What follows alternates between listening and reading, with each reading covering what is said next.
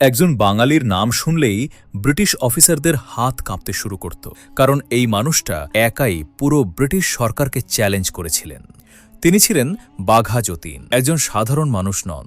ব্রিটিশদের কাছে তিনি ছিলেন জীবন্ত আতঙ্ক। শোনা যায় একদিন খালি হাতে রয়্যাল বেঙ্গল টাইগারের সঙ্গে লড়াই করে তাকে মেরে ফেলেছিলেন তিনি।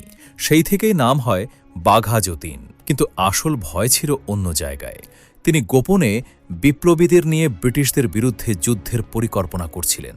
জার্মানি থেকে অস্ত্র এনে পুরো ভারতে সশস্ত্র বিদ্রোহ ঘটানোর প্ল্যান করেছিলেন তিনি। ব্রিটিশ গোয়েন্দারা বুঝতেই পারেনি একজন বাঙালি এত বড় নেটওয়ার্ক তৈরি করে ফেলেছে। তারপর একদিন ওড়িশার বালেশ্বরে ব্রিটিশ বাহিনী চারদিক থেকে ঘিরে ফেলে বাঘা যতীনকে।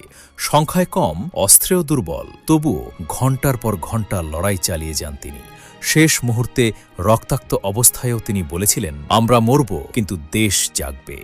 আর সবচেয়ে অবাক করা কথা জানেন, ব্রিটিশ অফিসাররাই পরে স্বীকার করেছিল, যদি বাঘা যতীন আরও কয়েক বছর বেঁচে থাকতেন, ভারত হয়তো অনেক আগেই স্বাধীন হয়ে যেত।